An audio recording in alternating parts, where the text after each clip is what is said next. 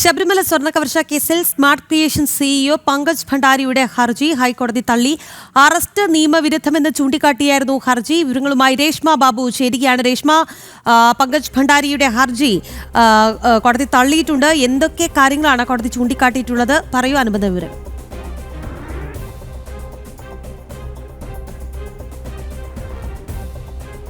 രാഖി, പങ്കജ് ഭണ്ഡാരിക്ക് ഹൈക്കോടതിയിൽ നിന്ന് തിരിച്ചടി നേരിട്ടിരിക്കുകയാണ്. നേരത്തെ ഹൈക്കോടതിയിൽ പങ്കജ് ഭണ്ഡാരി അറസ്റ്റ് ചെയ്ത നടപടി അത് തെറ്റാണെന്നും നിയമവിരുദ്ധമായിട്ടാണ്, നടപടിക്രമങ്ങൾ പാലിക്കാതെയാണ് അറസ്റ്റ് രേഖപ്പെടുത്തിയതെന്നും ചൂണ്ടിക്കാട്ടിക്കൊണ്ട് ഹർജി നൽകിയിരുന്നു. അത് അറസ്റ്റ് അസാധുവാക്കണമെന്നുള്ള ആവശ്യമായിരുന്നു ഹർജിയിൽ ഉന്നയിച്ചിരുന്നത്.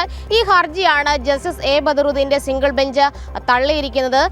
SITയുടെ ഭാഗത്തുനിന്നും നടപടിക്രമങ്ങളിൽ യാതൊരു തരത്തിലും വീഴ്ച ഉണ്ടായിട്ടില്ല എന്നുള്ള നിഗമനത്തിന്റെയും വിലയിരുത്തലിന്റെ അടിസ്ഥാനത്തിലാണ് പങ്കജ് ഭണ്ഡാരിയുടെ ഹർജി ഹൈക്കോടതി സിംഗിൾ ബെഞ്ച് അല്പസമയം മുൻപ് തള്ളിയിരിക്കുന്നത്. നേരത്തെ ഈ ഹർജിയിൽ പങ്കജ് ഭണ്ഡാരി ഉന്നയിച്ച പ്രധാനപ്പെട്ട വാദം, കൃത്യമായിട്ട് കാരണങ്ങൾ വ്യക്തമാക്കേണ്ടതുണ്ട് ഒരു വ്യക്തി അറസ്റ്റ് ചെയ്യുന്ന ഘട്ടത്തിൽ, ഭരണഘടനാപരമായിട്ടുള്ള അത് അവകാശമാണത്. പക്ഷേ അതൊന്നും തന്നെ SIT സംഘം പാലിച്ചിരുന്നില്ല. മതിയായ കാരണങ്ങൾ തന്നോട് വ്യക്തമാക്കിയിട്ടില്ല.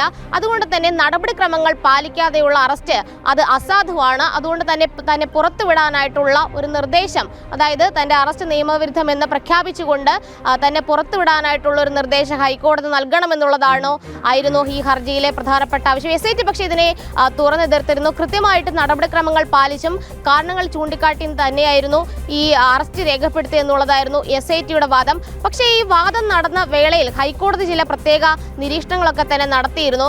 കാരണം മതിയായ കാരണം ചൂണ്ടിക്കാട്ടിക്കൊണ്ട് മാത്രമേ ഒരു വ്യക്തി അറസ്റ്റ് ചെയ്യാൻ പാടുള്ളൂ. അത് ഭരണഘടന അനുശാസിക്കുന്ന അവകാശമാണ്. അതുമാത്രവുമല്ല, ഈ സുപ്രീം കോടതി അറസ്റ്റ് രേഖപ്പെടുത്തുന്ന ഘട്ടത്തിൽ ചില മാർഗനിർദ്ദേശങ്ങൾ നേരത്തെ ഉത്തരവിലൂടെ പുറപ്പെടുവിച്ചിരുന്നു. അതൊക്കെ തന്നെ പാലിച്ചുകൊണ്ടും നടപടിക്രമങ്ങളിൽ വിട്ടുവീഴ്ചയില്ലാതെയും ആകണം അറസ്റ്റ് രേഖപ്പെടുത്തേണ്ടതെന്നുള്ള ഒരു നിരീക്ഷണം നേരത്തെ വാദത്തിനിടെ ഹൈക്കോടതി നടത്തിയിരുന്നു. എന്തായാലും SIT പങ്കജ് ഭണ്ഡാരി അറസ്റ്റ് ചെയ്തതിൽ യാതൊരുവിധ നടപടിക്രമങ്ങളും പാലിച്ചിട്ടുണ്ട്, എല്ലാവിധ നടപടിക്രമങ്ങളും പാലിച്ചിട്ടുണ്ട് എന്ന് ചൂണ്ടിക്കാട്ടി, അല്ലെങ്കിൽ അത് ആ ഒരു വിലയിരുത്തലിന്റെ അടിസ്ഥാനത്തിലാണ് ഹൈക്കോടതി പങ്കജ് ഭണ്ഡാരിയുടെ ഹർജി തള്ളിയിരിക്കുന്നത്. എന്തായാലും പങ്കജ് ഭണ്ഡാരിയുടെ അറസ്റ്റ് നിയമവിരുദ്ധമല്ല എന്നാണ് ഹൈക്കോടതിയുടെ വിലയിരുത്തൽ. SITയുടെ വാദങ്ങളൊക്കെ തന്നെ അംഗീകരിച്ചുകൊണ്ട് തന്നെയാണ് പങ്കജ് ഭണ്ഡാരിയുടെ ഹർജി ഹൈക്കോടതി തള്ളിയിരിക്കുന്നത്.